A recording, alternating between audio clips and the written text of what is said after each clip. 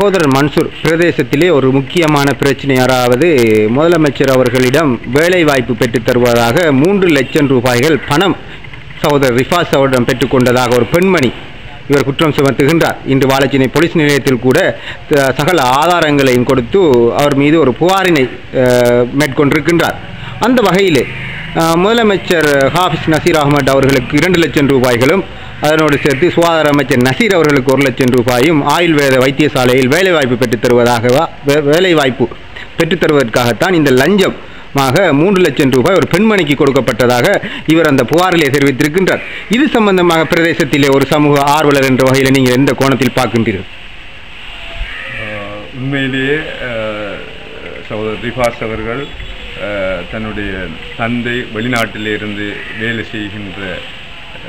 வேலை செய்து அதற்கான கூலிகளை மிக கஷ்டப்பட்டு பெற்றுக்கொண்டு தன்னுடைய மகன் ஒரு அரசாங்க உத்தியோகத்தில் இருக்க வேண்டும் என்பதற்காக 3 லட்சம் ரூபாய் காசுகளை கொடுத்திருக்கிறார். சகோதரி ஃபாயிதா என்பவர் இந்த பிரதேசத்திலே முதலமைச்சருக்கு மிக விசுவாசமாக நம்பிக்கையாக இருந்து வேலை செய்து ஒருவர். அந்த அடிப்படையிலே கொடுத்திருக்க கூடும். ஒரு 3-4 நாட்களுக்கு முதல் தான் இந்த விஷயம் எங்களுக்கு தெரியும். சகோதரர் ரிஃபாஸ் அவர்கள் சம்பந்தப்பட்ட அத்தனை பேரிடம் முறையீடு செய்தும் அவரை போலீஸ் நிலையத்துக்கு சென்று முறைப்பாடு செய்யுமாறும் ஏனைய நடவடிக்கைகள் எடுக்குமாறும் அந்த அதிகாரிகள் பணித்ததன் அடிப்படையிலே சகோதரர் எல்லா இடங்களுக்கு சென்று முறைப்பாடு செய்திருக்கிறார். இது காலேஜ் முடிச்சாக்களுக்கு கொடுத்தமனே டீச்சிங் அப்பாயின்மெண்ட். வேற லேபருக்கு ஒன்றும் கொடுக்கல. அதுக்குள்ள யாருக்கும் ஹாஸ்பிட்டலுக்கு லேபருக்கு நான் கொடுத்துருக்கா இல்லையே.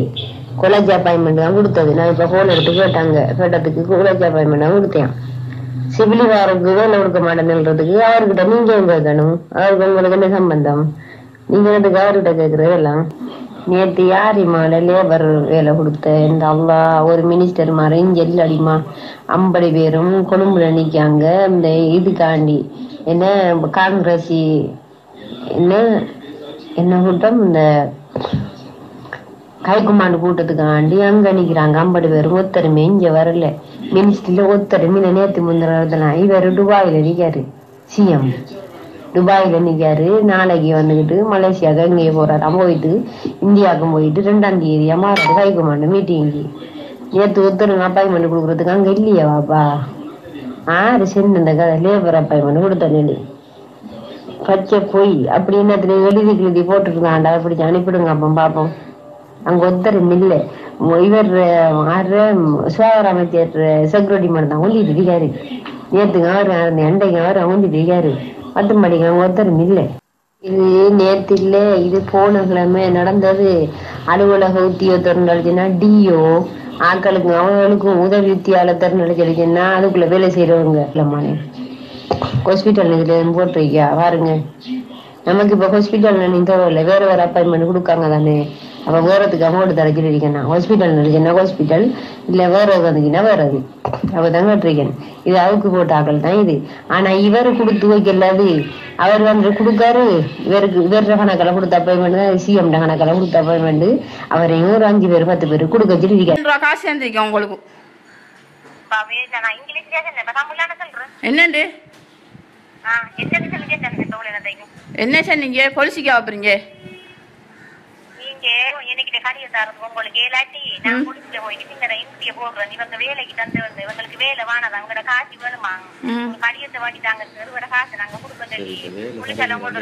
இப்ப நீங்க வேலை தருவீங்களா இல்லையா? இப்ப நீங்க 2 வருஷம் நீங்க 1 வருஷம் ஏமாத்திருக்கீங்க. வேலை தருவீங்களா இல்லையா?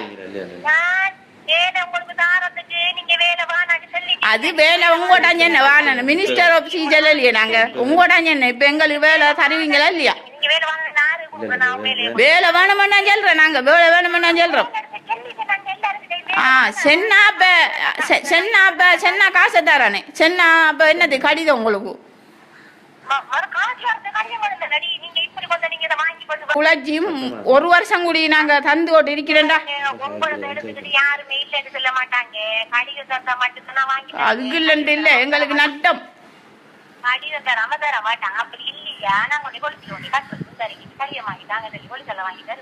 அப்படி இல்லையா உங்களுக்கு அக்கௌண்ட் நம்பர் அனுப்புறது இருப்போமா கடிதம் இருப்போமா கொண்டாந்து இவ்வளவுதான் கதை. இன்னைக்கு எடுத்து நீங்க கதைக்கு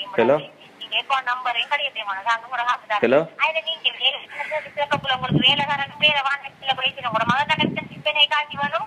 ஹலோ ஹலோ ஹலோ ஹலோ அதான் அதான் இப்போ நான் உங்கள்ட்ட அதான் இப்போ உங்களுக்கு காது இந்த இதாக அடைஞ்சிருக்கு. நான் இப்போ சென்னண்டு செல்றேன் இப்போ சரி. இப்போ நான் உங்களுக்கு ஏன் காசு கேட்டேன்டா எங்களோட வாப்பா ஹோல் எடுத்தேன்னா ஏசிட்டு இருக்காரு. இவ்வளோ நான் காசை கொடுத்து போட்டு இருக்கிறேன். எங்க வாப்பா உழைச்சால் இப்போ கேட்பாரு. ஆனால் இப்போ காசை கேட்ட உழைச்சால் இப்போ கேட்பாரு. ஆனால்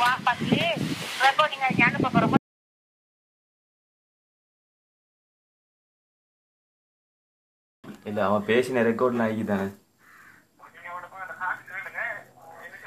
அவள் காசு கேட்டது சொல்கிறானா எங்களை ஒரு லெட்டர் ஒன்று தரட்டான் எப்படின்டா. இப்போ எங்களுக்கு வேலை வேணாம். அவங்க வேலைக்கு தான் காசு கட்டிட்டியான் மினிஸ்ட்ரி ஆஃபீஸில். எங்களுக்கு வேலை வேணாம் காசு தான் வேணும்னு சொல்லி ஒரு லெட்டர் ஒன்று எழுதி தரட்டான். கீழே கீழே அக்கௌண்ட் நம்பரையும் போட்டு தரட்டான். நாங்கள் வந்துட்டு அவங்ககிட்ட காசு தானே சரி கொடுத்து இப்போ வேலை அவள் தான் வேலைக்கு கொண்டே கட்டுனேன். நாங்கள் கொண்டே கட்டலே.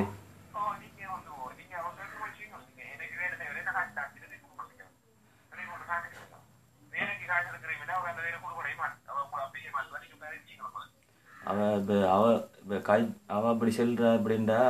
இப்போ அப்படி இது இப்போ அப்படி சென்னதுக்கு அவ செல்றா வந்துட்டு உங்களோட அக்கௌண்ட்டுக்கு போட இல்லாது. அது எப்போ இப்போ காசுதாரான ஒரு அப்போ நான் போடலாம்.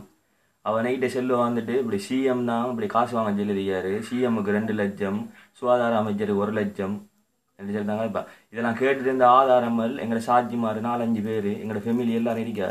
எங்களோட வீட்டை வந்து சொல்லியிருக்கா.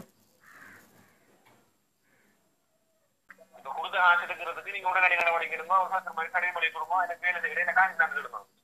அவன் வேலை செய்ய தேவையில்லை. அந்த கடிதம் என்னுடைய கடிதமும் இல்லை. எடுத்து கொடுத்து கொடு கடிதங்களும் இந்த காசு கேளுங்க. ஏன்னா அவங்ககிட்ட கொடுக்க கிடைக்கிற உங்களுக்கு எந்த பிரச்சனை பெற போவதும் இல்லை. மானசேவில் அந்த கடிதம் ஈடுபட போவதும் இல்லை. இப்போ அவன் வந்தாலும் அவங்க மதிப்பு ஒன்று கிடைக்கிறாங்க. இப்போ அவன் வந்துட்டு கோல் எடுத்து காசு கட்டோன்னா ரோங்க தான் கதை வந்துட்டு நாங்கள் வந்துட்டு இன்றைக்கு நேற்று காசு கேட்கல 1 மாசமா வந்துட்டு காசு கேட்டுட்டு இருக்கோம். நீங்களும் ரோங்க காரங்க கேட்ட காசு தேவை.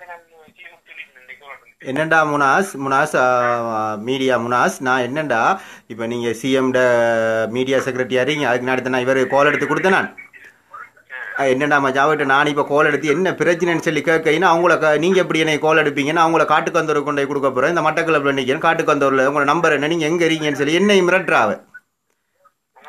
என்னை மிரட்டுற மாதிரி தான் இப்போ 2 தரம் கோல் எடுத்து உங்களை காட்டுக்கந்தூரை கொண்டு போய் கொடுக்க போகிறேன். அப்போ நான் சின்ன காட்டுக்கந்தூரை கொண்டு போய் கொடுக்குறேன். இந்த டீட்டெயில்ஸ் தேவையில்லை. இந்த ஃபோன் நம்பரை கொடுங்க. நீங்கள் அவங்க ஆஃபீஸர்ஸ் மாரோட நான் கழிச்சு கொள்கிறேன்.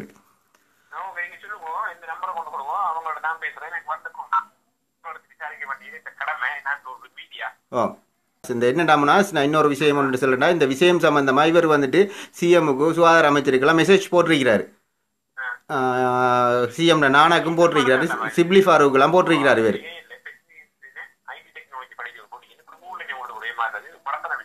அது சரி அது சரி. அந்த இது முனாஸ் ஓ முனாஸ் ஓ நீங்கள் நேற்று எழுதின ஆர்டிக்கலும் இதுக்கு ஒரு பெரும் உடந்தையாக இருக்கிற மாதிரி இருக்குது. ஒரு அட்வைஸ் மாதிரி இருக்குது நேற்று அந்த ஆர்டிக்கல் கூட உங்களை பற்றி.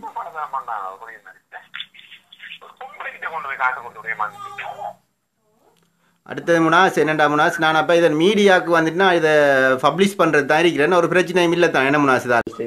அஸ்ஸலாமு அலைக்கும் சார். நான் சார் இர்ஷாட் காய்க்கிறேன் மீடியா இர்ஷாட் காய்க்கிறேன் ஓட்டமாடியிலேருந்து. என்னண்டா சார் நம்மட ஓட்டமாடி பொடியன் ஒருத்தன் சார் வந்திருக்கிறான். நம்மட ஃபாயிதா ஹாஸ்பிட்டலில் வேலை செய்கிற ஃபாயிதா இருக்கா தானே மீராவோட அவ சார் 3 லட்சம் ரூபா காசு வாங்கியிருக்கா அந்த பொடியன்கிட்ட சிஎம் வேலைதாரன்னு சொல்லி. இப்போ அவள் கதைச்ச வாய்ஸ் ரெக்கார்டு எல்லாம் அந்த பொடியன் கொண்டு வந்து எங்கள்கிட்ட தந்திருக்கிறாரு சார். இப்படி முனாஸோட நான் கதைச்சு இது சம்பந்தமா இப்போ இது சம்பந்தமா முனாஸுகிட்டையும் கதைச்சேன் நான் சார். இப்போ அப்போ அவர் சொன்னார் என்னத்துக்கு அந்த பொடியம் கொடுத்து அப்படி இப்படின்னு சொல்லி அவர் சொல்கிறாரு பிரச்சனை நீங்கள் போய் போலீஸில் என்ட்ரி போடுங்க மீடியாவுக்கு கொடுங்கன்னு சொல்லி. இப்போ ஃபுல்லாக சார் அவள் சிஎம் லெட்டர் ஹெட்டில் சரோஜ் சைன் பண்ணி கொடுத்ததும் அவர் சைன் பண்ணி சிஎம் சைன் பண்ணி கொடுத்தது இவர் வேலை கொடுங்கன்னு சொல்லி சைன் பண்ணி கொடுத்த லெட்டரும் அவர்கிட்ட இருக்காம். இந்த கொடுத்த பொடியன்ட்டு காசு கொடுத்த பொடியனுக்கு காசு கொடுத்த பொடியனுக்கு வேலை வாய்ப்புக்கு ரெக்கமெண்ட் பண்ணின லெட்டர் சார் கொடுத்துருக்காரு. சிஎம்மும் சைன் பண்ணி சரோஜும் சைன் பண்ணி இவருக்கு இவர் தகுதிக்கு ஏற்ற மாதிரி வேலை கொடுங்கண்டு. அதுக்கு அதுக்கு சார் இவ என்ன செஞ்சிருக்காண்டா சார், சிஎம்முக்கு 2 லட்சம், அந்த மத்த ஆளுக்கு 1 லட்சம் சொல்லி 3 லட்சம் ரூபாய் காசு ஒரு வருஷத்துக்கு முதல் வாங்கிருக்கா. இன்னும் சார் வேலை கொடுக்கல சார். இவ அவர் அந்த பொடியனும் உங்களுக்கும் கால் பண்ணி சொன்னியாம், சிஎம்முக்கும் அறிவிச்சிருக்காராம். சரி, வாட்ஸ்அப்ல சரி சார், சரி, ஓகே சார். புள்ளையான விஷயம் அந்த காசு வாங்கிட்டு பண்ற விஷயம் புள்ளையான விஷயம். நான் சொன்ன இப்படித்தானே சிஎம் கேள்விப்பட்டாலே ஏசி வரல சொல்லு. ஓம் சேமன், இப்ப என்னடா சேமன், நான் இப்ப சேமன் ஹமீத் சேமன், நான் இப்ப வந்துட்டு சிஎம் நானாவோடையும் கதைச்சேன். சிஎம் நானா சொன்னாரு, உடனே அவரை போலீஸ்ல போய் என்ட்ரி போட சொல்லி காட்டுக்கு வந்து ஒரு போக சொல்லி இருக்கிறாரு. போலீஸ்ல என்ட்ரி போட சொல்லி காட்டுக்கு வந்தவருக்கும் போக சொல்லியிருக்கிறாரு. என்னடா அவர்கிட்ட எல்லா ஆதாரமும் இருக்கு, அவர் எல்லா ஆதாரமும் வச்சிருக்காரு. அவரோட வாட்ஸ்அப்ல கதைச்ச ஆதாரம் இருக்கு அவர்கிட்ட. அவர் காசு எல்லாம் போட்டு காட்டி எனக்கு எல்லா ரெக்கார்டையும் தந்திருக்காரு. அவரும் வாய்ஸ் கார்டு எல்லாம் தந்து எல்லா வீடியோ கிளிப் எல்லாம் தந்திருக்காரு. அவரு மீடியாவுக்கு பப்ளிஷ் பண்ண சொல்லி போலீஸ்ல கம்ப்ளைண்ட். அவருக்கு நான் இப்ப கோல் எடுத்ததை கொஞ்சம் சமரசமா முடிச்சு வைங்க, நீங்க ஒரு பொம்புல சொல்லி கோல் எடுத்தேன் அவக்கு. அவ எடுத்தோன்னு நீங்க யாரு, நீங்க எங்க இருக்கிற, என்ன மீடியா உங்களுக்கு, நான் உங்களுக்கு எதிராக காட்டுக்கு வந்துரு போறேன் அப்படி இப்படின்னு சொல்லி என்ன மிரட்டுறா. அப்ப அதுக்கு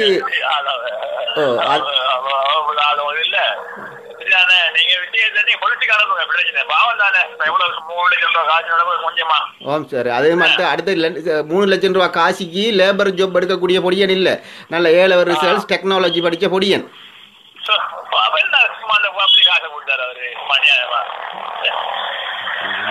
அப்ப அவர் சொல்றாரு, நான் சேர்மன்டையும் இது சம்பந்தமான கம்ப்ளைண்ட் பண்ணிருக்கிறேன். அப்ப அதுக்கு நான் நேரடியா வாங்க, நேரடியா வந்து சந்திக்க சொன்னவர், நேரடியா வாங்க நாளைக்கு வந்து சந்திங்கன்னா உடனடியாக உங்களுக்கு நான் என்ன செய்யணுமா, நான் உடனடியாக சிஎம்மோட கூட்டிட்டு காய்க்கிறேன்னு சொன்னவரோட நான் நேரடியாக சிஎம்மோட கூட்டிட்டு காய்ப்பேன். ரைட் என்ன சிஎம்மோட டிரெக்டா இப்ப நான் இப்ப ஹிதாயத்துல்லா சார் கால் எடுத்து நான் அப்ப ஹிதாயத்துல்லா சிஎம் நானா சொன்னவர் அப்படின்னா நீங்க உடனே கம்ப்ளைண்ட் பண்ணுங்க, போலீஸ்ல காட்டுக்கு வந்தவருக்குலாம் போய் கம்ப்ளைண்ட் பண்ணுங்க. அதை பத்தி எங்களுக்கு எந்த இதுவும் இல்லை, நாங்களும் வேண்டிய உதவி உங்களுக்கு செஞ்சு தருவோம் சொல்லி சொன்னாரு. அது நல்ல மென சேமன். ஓகே சேமன், ஓகே சேமன். நான் ரிஷாட் இந்த கதைக்கிற மினிஸ்டர். என்னடா மினிஸ்டர், ஒரு சின்ன ஒரு ப்ராப்ளம் உண்டு மினிஸ்டர். ஓட்டம் மிராவோடையில் இருக்கிற உங்களுக்கு தெரியுமா, ஃபாயிதான் சொல்லி ஹாஸ்பிட்டலில் வேலை செய்கிறா பெட்டிக்கலோ அவ மினிஸ்டர் ஓட்டமாவடி பொடியன் ஒருத்தர்கிட்ட 3 லட்சம் ரூபா காசு வாங்கியிருக்கிறா. பொடியன்ட்ட எல்லா ஆதாரமும் இருக்குது. 2 லட்சம் ரூபா சிஎம்முக்கும் 1 லட்சம் ரூபா உங்களுக்கும் சொல்லி வாங்கியிருக்கிறா. ஓட்டமாடு மிராவோட ஃபாயிதான் செல்ற பெட்டிக்கலோ ஹாஸ்பிட்டலில் வேலை செய்கிற பொம்புல அவதான் வாண்டிருக்கிறா. ஒரு பொடியன்ட்ட இருந்து வாங்கிருக்கிறா. ஆயுர்வேத ஹாஸ்பிட்டலில் வேலை எடுத்தாரன்னு சொல்லி சிஎம்முக்கு 2 லட்சம் ரூபாயும் உங்களுக்கு நசீர் மினிஸ்டருக்கு வந்துட்டு 1 லட்சம் ரூபாயும் சொல்லி வாங்கியிருக்கிறா. வாங்கி இப்போ அந்த பொடியனுக்கு ஒரு வருஷமாவது இன்னும் வேலை கொடுக்கல. அந்த பொடியை மீடியாவுக்கு வந்திருக்கிறான் எல்லா ஆதாரத்தோடையும். அவன் காசு கொடுத்து வந்திருக்கானே, ஆமாம் அவனை போய் போலீஸ்ல கம்ப்ளைண்ட் போட சொல்லுமோ. இவ காசு வேண்டி இருந்தா இவ அரெஸ்ட் பண்ணட்டும். இவ வந்துட்டு காசியில வந்துகிட்டு தெருக்கதையில வந்துகிட்டு சிஎம் காசு வந்தாலும் இல்ல, நான் வந்தாலும் இல்ல, அப்பாயின்மெண்ட் அப்படி கொடுவாடையும் இல்ல, நிச்சயமா இப்படியான ஆக்களை கொடுக்கறதும் இல்ல. நிச்சயமா இது இப்ப வந்துட்டு தொழில் வாய்ப்புங்கிறது இப்ப மாகாண சபையில பப்ளிசிட்டியா கால் பண்ணி அப்படித்தான் தேர்தல் அப்படித்தான் மக்கள் பிரதிநிதியோட கொடுக்கணும்னா அதுக்கு ஒரு முறை இருக்குது. சும்மா ரெண்டு மாதிரி எல்லாம் தெருவில் நிக்கிறவன் நுழைக்கிறதுக்கு, தெருவில் நிக்கிறவங்களுக்கு காட்சி வந்ததுக்கு சிஎமோ அல்லது நாங்களோ இதுக்கு பொறுப்பு இல்லை.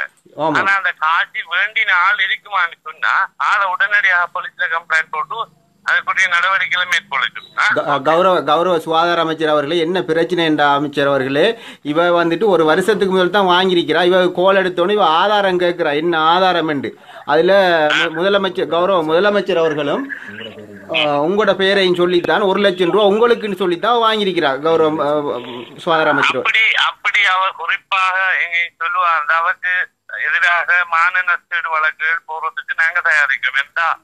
சும்மா இடையில உள்ள எங்களை மக்கள் பிரதிநிதிகளை இப்படி எல்லாம் வைப்பதற்கு நாங்க தயாராக இல்லை. ஊடகங்கள் வந்துட்டு தெளிவாரிக்கணும். நீங்க இந்த விஷயத்தை என்கொயரி பண்ண கூட சரியாக வந்துகிட்டு எடுத்து ஆகலை எங்களை டேமேஜ் பண்றதுக்கோ அல்லது சிஎம் டேமேஜ் பண்றதுக்கோ இவங்க இருக்காங்கன்னு சொன்னா இப்ப என்ன அர்த்தம் இல்லையே. சும்மா தேவையில்லாத ஒரு விஷயங்களை நிச்சயமா சுகாதார அமைச்சர் அவர்களே. ஏனென்றால் நாங்கள் முனாஸ் அவர்களிடம் இது சம்பந்தமாக கதைச்சியம், சிஎம் சகோதரர் ஹிதாயத்துல்லா அவர்களிடம் கதைச்சோம். அவர்களுக்கும் இதுக்கு எந்த சம்பந்தம் இல்லை. நீங்கள் சிஐடிக்கோ அல்லது போலீஸ் ஸ்டேஷனுக்கோ இந்த விஷயம் சம்பந்தமாக கொடுங்க, நாங்களும் ஒத்துழைப்பு தருகின்றோம் என்று கூறியிருக்கின்றார்கள். நிச்சயமா நானும் அதைத்தான் செய்வேன். ஏனண்டா இப்படி தெருக்கதையில எத்தனை கதையில வந்துகிட்டு எத்தனை இடங்கள்ல எல்லாம் என்கிட்ட இப்படி எல்லாம் கேட்கிறாங்க. பொய்வதந்தியல் கிழக்கு மாகாணத்துல அப்பாயின்மெண்ட் இந்த வரைக்கும் கொடுக்கலாம். ஆனா கொடுப்பதாக இருந்தாலும் இவங்களுக்கு இப்படியான அப்பாயின்மெண்ட் கொடுக்க வேண்டிய அவசியமே இல்லை. நன்றி சுகாதார அமைச்சர் அவர்களே. Okay okay okay.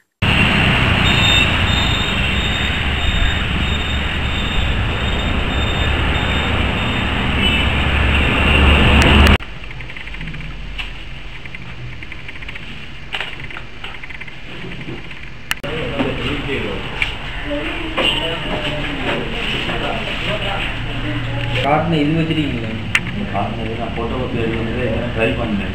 அவருக்கு நான் அது வெளியே கொண்டு போனேன். எனக்கு நான் பிரச்சனை அது சொல்லி ஆனால் அந்த இதை பார்த்து ஆட்கள் நிறைய தெரிவிக்காங்க.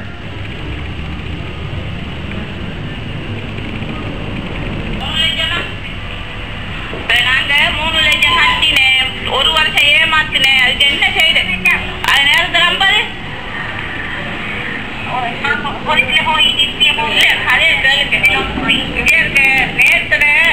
எல்லாம் சேர்த்து நாங்க 3 லட்சம் ரூபாய் காசு சேர்ந்துருக்கோம் உங்களுக்கு.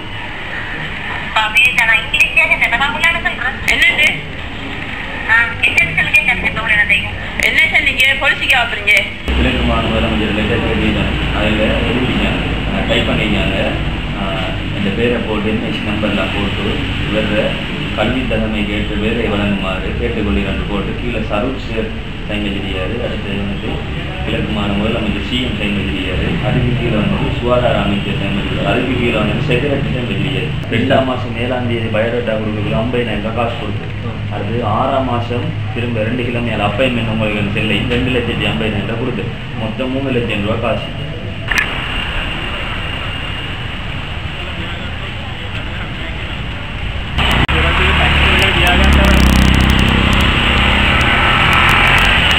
சகோதரர் ரிஃபாஸ், இந்த பெண்மணியிடம் பணம் நீங்கள் கொடுத்ததாக வேலைவாய்ப்புக்காக 3 லட்சம் ரூபாய்கள் ஒரு ரொக்க பணத்தினை கொடுத்ததாக நீங்கள் குறிப்பிடுகின்றீர்கள். இந்த பெண்மணி எவ்வாறு உங்களுக்கு அறிமுகமானார்? இந்த பெண்மணி வந்துட்டு மிராவடையில் வந்துட்டு எங்களோட மாமிட மகன் ஒரு ஆள் இருக்கிறது, மனாஸ் என்று சொல்லி. அவர் மூலமாக பெண்மணியின் பேர், இந்த பெண்மணியோட பேர் வந்துட்டு ஃபாயிதா. அவர் மூலமாக தான் இவ வந்துட்டு எனக்கு அவர் என்ன செய்து கொண்டிருக்கின்றார்? ஃபாயிதா வந்துட்டு வைத்தியசாலையில் லேபராக வேலை செஞ்சு கொண்டிருக்கின்றார். எனக்கு அறிமுகம் செய்த நபர் வந்துட்டு என்னோட மாமிட மகன் வந்துட்டு மனாஸ் அவர் பேர். அவர் வந்துட்டு டெக்னிக்கல் காலேஜ் அதில் வந்துட்டு லேபராக வேலை செய்து கொண்டிருக்கின்றார்.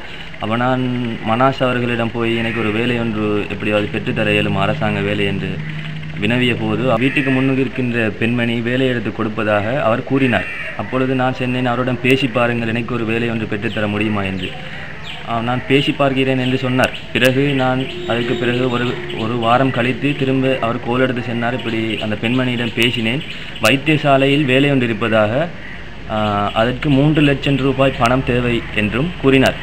நான் வீட்டார்களிடம் பேசி 3 லட்சம் ரூபாய் பணம் கொடுக்கலாமா என்று வினவி, நாம் வேலையை எடுப்போம், 3 லட்சம் ரூபாய் பணம் கொடுத்து என்று சொல்லி வீட்டார்கள் ஒட்டுக்கொண்டார்கள். அடுத்த வாரம் எனது மாமிர மகன் மனாஸ் என்பவரிடம் நான் போய் சந்தித்தேன். இப்படி அந்த வேலை என்று சொன்னீங்களே, நான் காசு ரெடியாக இருக்கி என்ன செய்வோம்னு சொல்லி அவர் உடனே ஃபாயிதா என்கிறவரோட வீட்டை கூட்டிகிட்டு போனார். 3 லட்சம் ரூபாய் ரொக்க பணத்தினையும் அதாவது அந்த பெண்மணியிலையும் ஒரே நேரத்தில் நீங்கள் கொடுத்தீர்களா அல்லது கட்டங்கட்டமாக கொடுத்தீர்கள்? கட்டங்கட்டமாக கொடுத்தேன். முதலாவது வந்துட்டு பயோடேட்டாவுடன் 50,000 பணம் கொடுத்தேன். பயோடேட்டாவுடன் 2ஆம் மாதம் இருக்கும். அதுக்கு பிறகு 2ஆம் மாதம் என்று சொல்கிறேன், இந்த வருடம் 2ஆம் மாதம் 2016ஆம் ஆண்டு 2ஆம் மாதம். அதுக்கு பிறகு 2016ஆம் ஆண்டு 6ஆம் மாதம் 2ஆம் தேதி 3ஆம் தேதி இருக்கும். அந்த காலப்பகுதியில் 2,50,000 ரூபாய் பணத்தை கொடுத்தேன். அதாவது அவர் பணம் வாங்கும்போது மீதி பணத்தை வாங்கும்போது உங்களுக்கு 2 வாரத்தால் வேலை கிடைக்கும், அப்பாயின்மெண்ட் கிடைக்கும் என்று சொல்லித்தான் வாங்கினார். இந்த வேலை வாய்ப்பு யார் மூலமாக எப்படி அந்த வேலை வாய்ப்பை அவர் உங்களுக்கு பெற்றுத் தருவதாக வாக்குறுதி அளித்தார்? அவர் வந்துட்டு முதலமைச்சர் ஊடாகவும் கிழக்கு மாகாண சுகாதார அமைச்சர் ஊடாகவும் அடுத்தது ஷிப்லி ஃபாரூக் சார் ஊடாகவும் பெற்றுத்தருவதாக என்னிடம் கூறினார். அது மட்டும் இல்லாமல் முதலமைச்சர் அவருடைய லெட்டர் பேடில் எனக்கு சிபாரிசு செய்து ஒரு கடிதம் ஒன்றையும் வைத்திருந்தார். அதை நீங்கள் பார்த்தீர்களா? அதை நான் பார்த்தேன். எனது வீட்டில் உள்ள அனைவரும் பார்த்தார்கள். நானும் அதை அவரிடம் வாங்கி ஃபோட்டோ காப்பி அடிப்பதற்காக கடைக்கு சென்றபோது என்னுடைய மச்சான் 2-3 ஃபோட்டோ காப்பி அடித்து விட்டார். அடித்ததன் காரணமாக அவர் ஃபோட்டோ காப்பி அடித்து எல்லாத்தையும் வாங்கி பறித்து கிழிச்செறிஞ்சார். அதுக்கு பிறகு திரும்ப அவர் ஒரிஜினலை வச்சு கொண்டு ஒரு 9, 10, 11 மாதம் வரை ஏமாத்தினார். அப்போ சொன்னால் 12ஆம் மாதம் அப்பாயின்மெண்ட் கொடுக்குற, அது வரைக்கும் வெயிட் பண்ணுங்கன்னு சொல்லி 12ஆம் மாதம் அப்பாயின்மெண்ட் கொடுக்குற, அது வரைக்கும் வெயிட் பண்ணுங்கன்னு சொல்லி அவர் எங்களை பொய்யான இதுகளை சொல்லி ஏமாற்றி கொண்டிருந்தார். அதுக்கு பிறகு நாங்கள் காசை கேட்டு திரும்பவும் சண்டை பிடித்ததற்கு ஒரு நாள் அவரது வீட்டை அழைத்து நான் இப்பொழுதுதான் ட்ரிங்கோவுக்கு போயிட்டு வந்திருக்கின்றேன், மினிஸ்டரிடம் பேசியிருக்கின்றேன், சுகாதார அமைச்சர் சொன்னார் உங்களுக்கு அவசரமாக அப்பாயின்மெண்ட் வழங்க சொல்லி நான் வருகின்ற செவ்வாய்க்கிழமை ரவுஃப் ஹக்கீம் சேரரை சந்தித்து உங்களுக்கு அவசரமாக வேலை வழங்குவதற்காக ஒரு லெட்டர் ஒன்று எடுக்கப் போகின்றேன் என்றெல்லாம் சொன்னார்.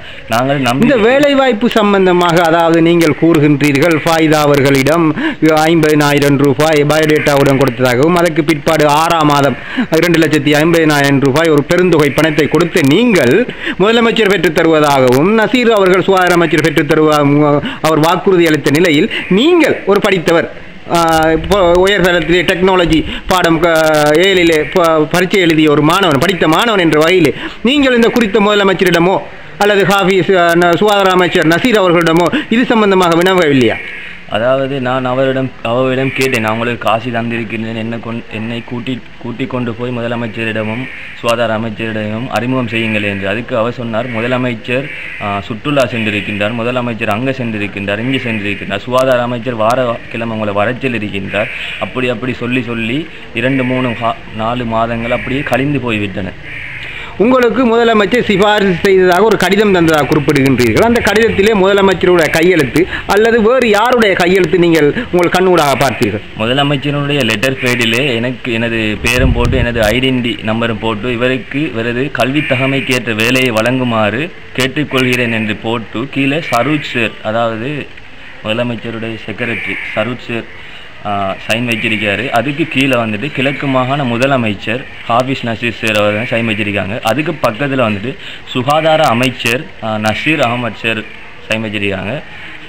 அதுக்கு பின்பக்கம் இந்த பயோடேட்டா இருக்குது. பயோடேட்டாவிலையும் வந்துட்டு செக்ரட்டரிமார் 2 பேர் சைன் வச்சிருக்காங்க. அது எந்த செக்ரட்டரின்னு தெரியா, ஆனால் முனாஸ் என்று இருந்துச்சு.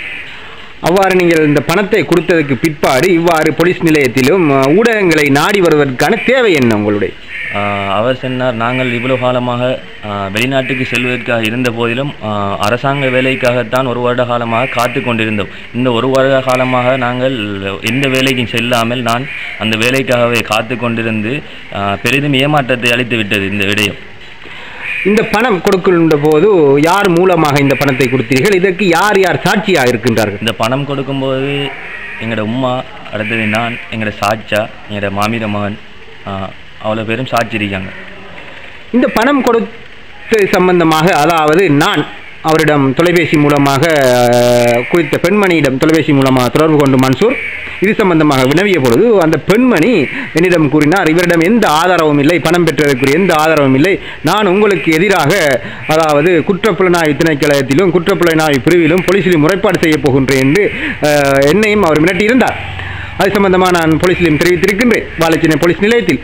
இது சம்பந்தமாக மன்சூர், நீங்கள் அந்த பெண்மணியை நேரடியாக அவரை தெரியும் கட்சி என்ற வகையில், இது சம்பந்தமாக உங்களுடைய கருத்து என்ன மன்சூர்?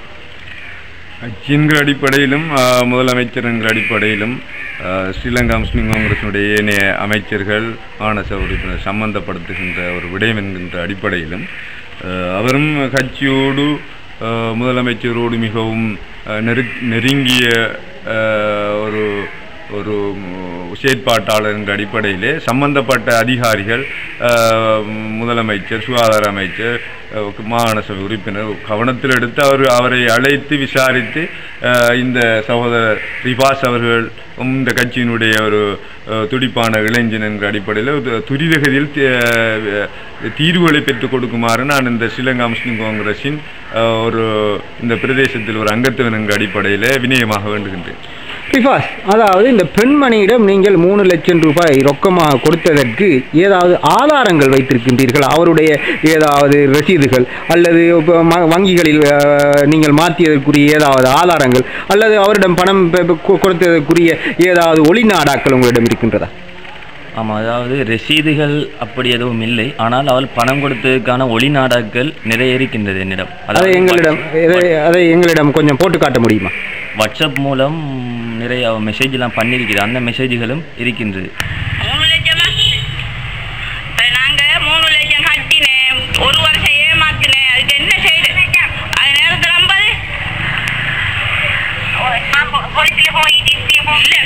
50 ஒளிநாடாக்களை நான் வந்துட்டு போலீசாரிடமும் ஒப்படைத்து நீதிமன்றத்தில் சமர்ப்பிக்குமாறும் போலீசாரிடம் கொடுத்திருக்கின்றேன்.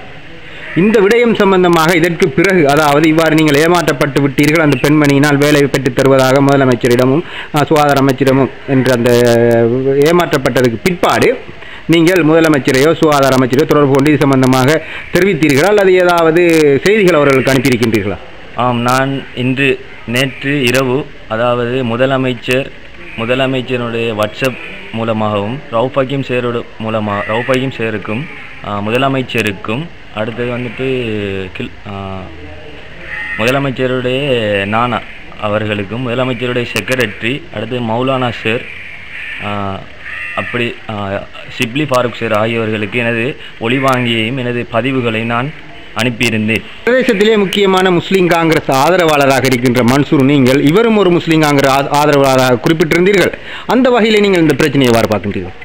உண்மையிலேயே முதலமைச்சர், சுகாதார அமைச்சர் சம்பந்தப்பட்டு இந்த சகோதரி ஃபாயிதா அவர்கள் இந்த நடவடிக்கையை செய்திருக்கின்ற காரணத்தினால் அல்லாஹ் தஆலா அல் குர்ஆனிலே சொல்கிற போது ஒரு செய்தியை ஒருத்தர் கொண்டு வந்தால் தீர விசாரித்துக் கொள்ளும் என்கின்ற அடிப்படையிலே இந்த விஷயத்தை கௌரவ முதலமைச்சர் அவர்கள் உடனடியாக முடிவுக்கு கொண்டு வருவதற்கு நடவடிக்கை எடுக்குமாறு இந்த பிரதேசத்தினுடைய ஒரு அங்கத்தவன் என்கிற அடிப்படையிலும் இந்த சகோதரர் முஸ்லீம் காங்கிரஸ் முன்னணியில் நின்று செயற்பட்ட பல்வேறு தேர்தல்களில் செயற்பட்ட ஒரு சகோதரர் என்கிற அடிப்படையிலும் அவர் குடும்பமும் அதே மாதிரி வாழைச்சேனை, பிறந்தரைச்சேனை பிரதேசங்களில் மும்முரமாக நின்று செயற்பட்டவர் என்கிற அடிப்படையில் ஒரு தீர விசாரித்து ஒரு துரிதகதியில் இதற்கான முடிவுகளை பெற்று தருமாறு இந்த கல்குடா பிரதேசத்தின் ஒரு அங்கத்தவன் என்கிற அடிப்படையில் முதலமைச்சருக்கும் சுகாதார அமைச்சருக்கும் பணிவாக விண்ணப்பிக்கிறேன். சகோதரர் ரிஃபாஸ், கடைசியாக உங்களுடைய வேண்டுகோள் என்ன? இதுவரை காலமும் 1 வருட காலமாக முஸ்லீம் காங்கிரஸினால் எனக்கு வேலை வழங்கப்படும் என்று ஆர்வத்தோடு நம்பி நான் இதுவரை காலமும் 1 வருட காலமாக ஏமாற்றப்பட்டிருக்கின்றேன். இதற்கு ஒரு முடிவு எனக்கு மிக விரைவில் முதலமைச்சரும் அடுத்தது கிழக்கு மாகாண சுகாதார அமைச்சரும் பொறுப்பு கூற வேண்டும். அதே மாதிரி இந்த விடயம் தொடர்பாக நான் சகல ஊடகங்களுக்கும் தெரியப்படுத்துவேன். இந்த முஸ்லீம் காங்கிரஸ் கட்சியில் இருக்கின்ற அனைவரும் இந்த விடயங்களுக்கு பொறுப்பு கூற வேண்டும். இவ்வாறாக மோசடி செய்கின்றவர்களால் தான் முஸ்லீம் காங்கிரஸ் கட்சி இவ்வளவு மோசமாக செயற்படுகின்றது. அது மட்டுமில்லாமல் ஃபாயிதா என்பவர் வாழைச்சேனை, ஓட்டமாவடி, மிராவடை பிரதேசங்களில் முதலமைச்சர் கோழி கொடுப்பதாகவும் முதலமைச்சர் தையல் இயந்திரம் வழங்குவதாகவும் முதலமைச்சர் அந்த இடியப்பம் வைக்கின்ற சட்டி கொடுப்பதாகவும் கூறி 1000, 2000 போன்ற பணங்களை வாங்கியிருக்கின்றார். என்னிடம் மற்றும் அவர் அப்பாயின்மெண்ட்டுக்காக காசி வாங்கவில்லை. பிரதேச சபையில் வேலை எடுத்து கொடுப்பதாகவும் நிறைய பேரிடம் பணம் வாங்கியிருக்கின்றார். என்னுடைய இந்த விடயம் மீடியாக்களில் வெளிவரும் விடத்து ஏனைய பணம் வாங்கியவர்களும் நிச்சயமாக எழுந்து வருவார்கள். மன்சூர், இவ்வாறு ரிஃபாஸ் அவர்களின் இந்த கதையினை பார்க்கின்ற பொழுது நீங்கள் பிரதேசத்திலே, அதாவது நீண்ட காலம் அரசியல்வாதிகளுடன் செயற்பட்டு வருகின்ற ஒருவர், ஸ்ரீலங்கா முஸ்லீம் காங்கிரஸை எடுத்துக்கொண்டாலும் அதன் ஒரு போராளியாகவும் ஸ்ரீலங்கா முஸ்லீம் காங்கிரஸின் வெற்றிக்காகவும் கல்குடா பிரதேசத்தில் பெரும் பாடுபடுகின்ற ஒருவர். அது மட்டுமல்லாமல் சமூகத்துக்கு தேவையான சில முக்கிய பிரச்சினைகளை அதாவது சமூகமயப்படுத்தி ஊடகமயப்படுத்தி அதுக்கான தீர்வினை பெற்றுக் கொடுத்து வருகின்ற ஒருவராக இருக்கின்ற நீங்கள் இது சம்பந்தமான உங்களுடைய கடைசி கருத்து என்ன மன்சூர்? சம்பந்தப்பட்ட சகோதரி மீராவுடைய சேர்ந்த ஃபாயிதா அவர்களை கௌரவ முதலமைச்சர் அவர்கள் அழைத்து அவர்களுக்கு முதலமைச்சர் அவர்களுக்கு சகோதரி ஃபாயிதா அவர்களை மிக நன்றாக தெரியும். இந்த விடயத்தை உடனடியாக முடிவுக்கு கொண்டு வர வேண்டும் என்று இந்த கல்குடா பிரதேசத்தின் முஸ்லீம் காங்கிரஸின் ஒரு அங்கத்தின் என்ற அடிப்படையில் நான் விண்ணப்பிக்கிறேன். ரிஃபாஸ் அவர்கள் தன்னுடைய அத்தனை நடவடிக்கைகளையும் எல்லோரோடும் தொடர்பு கொண்டதன் பிற்பாடு போலீஸ் நிலையத்தில் முறைப்பாடு செய்திருக்கிறார். மனித உரிமை ஆணைக்குழுவுக்கு செல்வதற்கு இருக்கிறார். அதுபோன்று நீதிமன்றத்தை வழக்கு தொடர இருக்கின்றார். அந்த அடிப்படையிலே இந்த கஷ்டப்பட்டு வெளிநாட்டிலே இருந்து தன்னுடைய தந்தை அனுப்புகின்ற அந்த பணத்தை எடுத்துத்தான் இந்த வேலைவாய்ப்புக்காக சகோதரி ஃபாயிதா அவர்களிடத்தில் பல்வேறு சாட்சிகளோடு குடும்ப உறவுகளோடு தாயோடு வைத்து அந்த காசை கொடுத்திருக்கிறார். அந்த அடிப்படையிலே இவர் முஸ்லிம் காங்கிரசினுடைய வேலை வாய்ப்பை பெற்று தற்போது ஆஸ்பத்திரியில் வேலை என்ற சகோதரி ஃபாயிதா அவர்கள் உடனடியாக கௌரவ கிழக்கு மாகாண முதலமைச்சர் அவர்கள் சம்பந்தப்பட்ட தொடர்பட்ட அதிகாரிகள் அழைத்து இந்த கஷ்டப்பட்ட ஏழை குடும்பத்திலிருந்து வந்திருக்கின்ற இந்த சகோதரர் ரிஃபாஸ் அவர்களுடைய பணத்தை மீள ஒப்படைக்குமாறு மிக பணிவாக வேண்டுகின்றேன். இது சம்பந்தமாக அதாவது இவ்வாறான திருட்டுத்தனங்கள் இவ்வாறான சட்டத்துக்கு முரம்பாக அதாவது அரசாங்க வேலைவாய்ப்புக்கு எதற்காக பணம் என்ற ஒரு கேள்வி இந்த நல்லாட்சியில் எழுகின்றது. இது சம்பந்தமாக முதலமைச்சரிடம் நீங்கள் இவ்வாறான வேண்டுகோளை விடுக்கின்ற அந்த நேரத்திலே உங்களுடைய கட்சியின் தலைமையான தேசிய தலைமையான அப்துல் ரவுஃப் ஹக்கீம் அமைச்சர் அவர்களிடம் இது சம்பந்தமாக ஏதும் வேண்டுகோள் கட்சியின் நீண்ட நாள் போராளி என்ற வகையில் நீங்கள் வைக்க விரும்புகின்றீர்களா? உண்மையிலேயே அல்லாஹ் தஆலா ஒவ்வொரு மனிதனுக்கும் உழைப்பதற்கான கைகால்களையும் பல்வேறு வளங்களையும் வாய்ப்புகளையும் கொடுத்திருக்கிறான். இப்படித்தான் வாழ வேண்டும் என்று இந்த வாழ்கின்ற இந்த சகோதரர்கள் கட்சியினுடைய தலைமையான எங்களுடைய மதிப்புக்குரிய ரவுஃப் சார் அதனோடு தொடர்பட்ட கிழக்கு மாகாண முதலமைச்சர் இன்ன பிற அமைச்சர்களோடு வருகின்ற போது உண்மையிலே அவர்கள் அல்லது அவர்கள் குடும்பத்துக்குரிய வேலை வாய்ப்புகளை உறுதிப்படுத்தி கொடுக்க வேண்டிய கடமைப்பாடு இருக்கின்றது. இந்த சகோதரர்களின் மூலமாக இந்த கட்சிக்கும் எங்களுடைய இந்த பேரியக்கத்துக்கும் ஒரு அவமானத்தை தேடுகின்ற அவமானம் ஏற்படுகின்ற வகையில் இவர்கள் நடந்து கொள்கின்ற காரணத்தினால் இந்த வேலை வாய்ப்பு என்கின்ற விடயத்திலே நேரடியாக தலைமையும் எங்களுடைய முதலமைச்சரும் மாகாண சபை உறுப்பினர்கள் அதிகாரிகள் மிகவும் கவனத்தில் எடுத்து சம்பந்தப்பட்டவர்களோடு மாத்திரம் இந்த விடயங்களை நகர்த்த வேண்டும். இது எங்களுடைய சமூகத்தினுடைய கட்சி என்கிற அடிப்படையில் பாரிய ஒரு அவமானத்தை இந்த பிரதேசத்தில் ஏற்படுத்தும் என்கிற அடிப்படையில் இவற்றுக்கு எங்களுடைய அதிகாரம் பொருந்திய தலைமை முதலமைச்சர் சம்பந்தப்பட்டவர்கள் மிக துரித வகையில் நடவடிக்கை எடுப்பார்கள் என்கிற நம்பிக்கை எனக்கு இருக்கிறது.